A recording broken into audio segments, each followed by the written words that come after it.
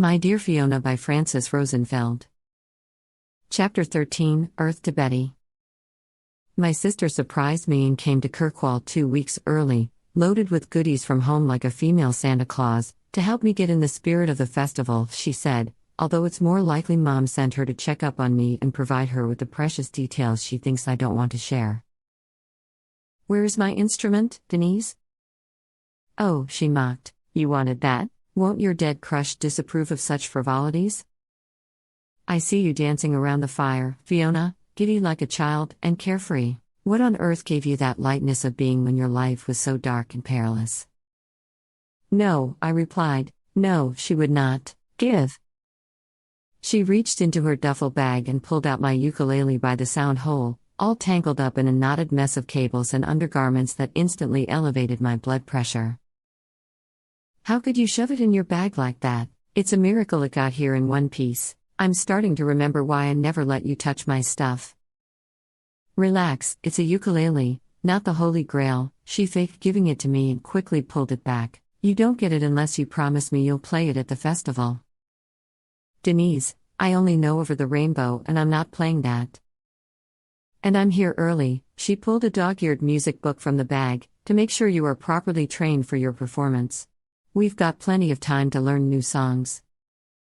I came here to do research. On a grant. Do you think I sit around all day twiddling my thumbs? Ethel, you were born old. Live a little, will you?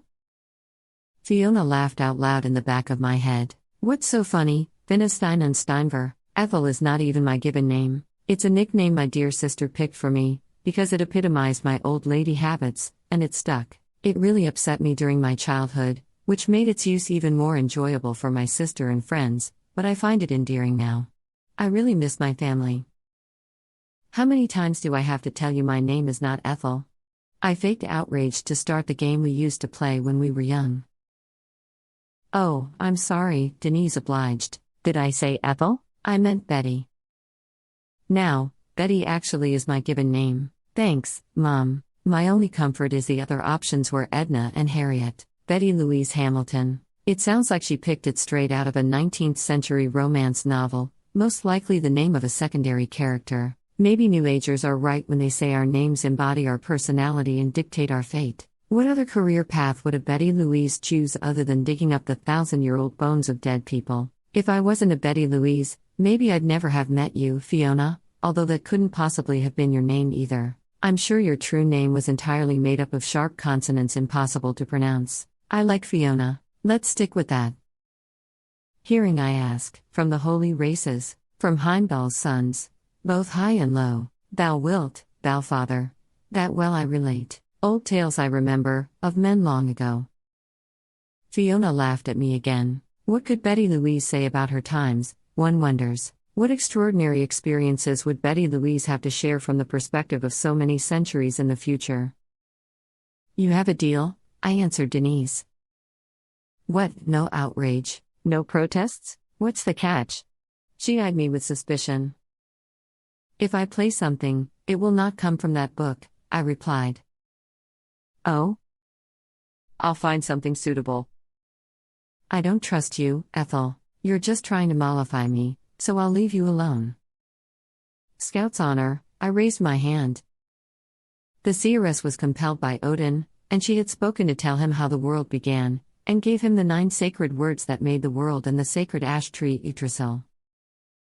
Do you want to know more? She asked him. Do you want to know the future as well, all the way to its end? That is truly the question, isn't it? We feel so much safer buried in the past, churning through its details convinced they can no longer affect us, but past, present and future are interconnected, and we don't want to see that, because we are afraid. Maybe we should be. I don't know. Is the fabric of destiny changing with every one of our choices? I don't know. Are our fates written before we're even born? I don't know. Was I meant to find you, or was it a random meeting of circumstances? I don't know. Do you want to know more? Wise woman, cease not. I seek from thee, all to know, that I fain would ask. Earth to Betty, are you still with us? Denise woke me up from my reverie. Do you have any food? You just scarfed down half a box of cookies. I protested, looking with sadness at Mom's box of Lincers, now depleted. That's not food, that's dessert. I'm hungry. We walked out in the stone streets of Kirkwall, where the fragrance of tree blossoms saturated the humid air. Where does that scent come from on a windswept island where only low vegetation seems to thrive? After a quick but copious lunch, Denise dragged me through every shop and boutique on Albert Street, so it took us 3 hours to get to St. Magnus Cathedral.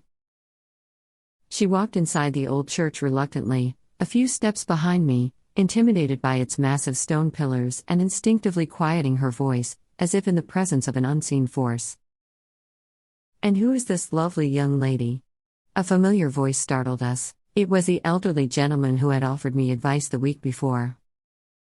"This is my sister, Denise Hamilton." Charmed. Another historian, perhaps? Denise fussed uncomfortably. "No, my sister likes to live in the present." "Here for the festival, then? You're really early, but there's plenty of sightseeing to keep you occupied. Have you taken your sister to the cairns, my dear?" He turned his sights towards me.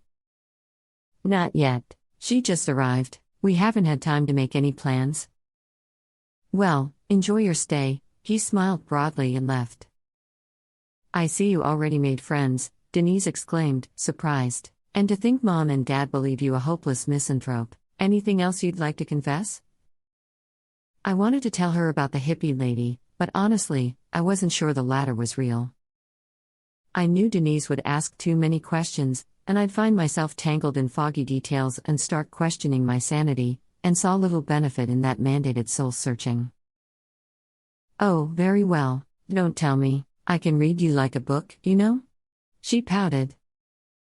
I changed the subject. "Tomorrow we're going to the Stones of Stennis. I place myself in your capable hands, Betty Lou. Are they like Stonehenge or something?" "Or something." I suddenly remembered.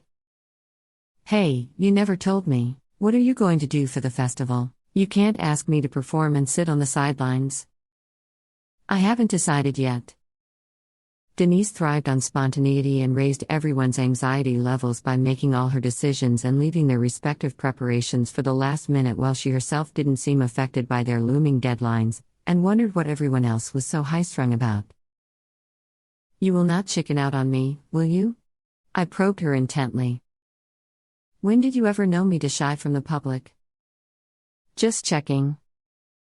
Listen, if Dad asks, I'm here because you need my help with organizing your research. He's been bearing down on me like a ton of bricks to figure out what I want to do with my life. How silly is that? What am I doing now if not living life, am I right? I will not bury myself in some mundane drudgery and miss out on all the cool stuff. You're only young once. I want to see the world and experience unusual things. I came here, sister, to think about my future in peace. Can I trust you not to lecture me about responsibility? I'm all stocked up on advice and guilt trips. Did I mention this place is awesome? Hey, maybe I should take up photography or do a documentary. That's exciting. No? How about I recite some of my poetry at the festival? Or choreograph a dance to ancient music? Or create fish art? Yes, fish art.